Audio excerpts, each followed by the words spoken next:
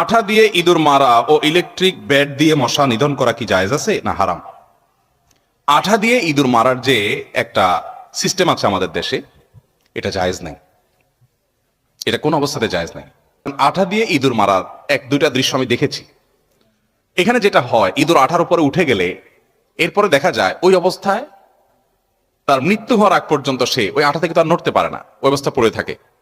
এবং যে ব্যক্তি ইঁদুর ধরার জন্য ফাঁদ আটছে আঠা দিয়ে, ওই ব্যক্তিও আর ওই ইঁদুরকে আঠা থেকে বের আলোক করতে পারে না। আলোক করতে গেলে চামড়া শরীর সব আলাদা হয়ে যায়, ছিঁড়ে যায় জীবন্ত।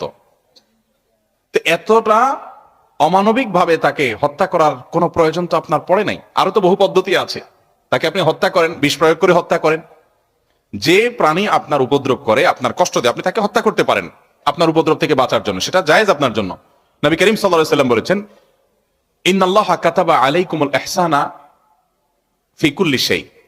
আল্লাহ তাআলা প্রত্যেকটা বস্তুর প্রতি তোমাদেরকে ইহসান করা ফরজ করেছেন। মুসলমান কখনো অমানবিক হতে পারে না, মুসলমান কখনো পাষাণ হতে পারে না।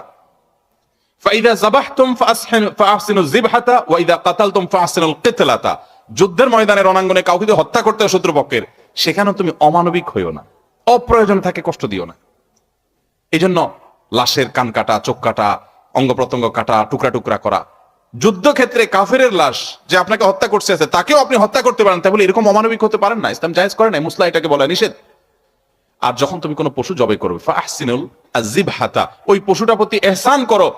এবং নবী সাল্লাল্লাহু আলাইহি ওয়াসাল্লাম নির্দেশ করেছেন, তোমরা চাকু ভালো করে ধার দাও, যাতে করে তাড়াতাড়ি তার প্রাণটা বের হয়ে যায়।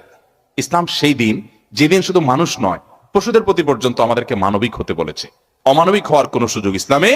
আপনি একটা ইঁদুরকে হত্যা করার প্রয়োজন হয়েছে, আপনাকে ডিস্টার্ব করে, আপনার উপদ্রব করে, আপনি মারেন, কিন্তু অমানবিক পদ্ধতিতে না। এর চেয়ে তারা সহজ অনেক পদ্ধতি আছে।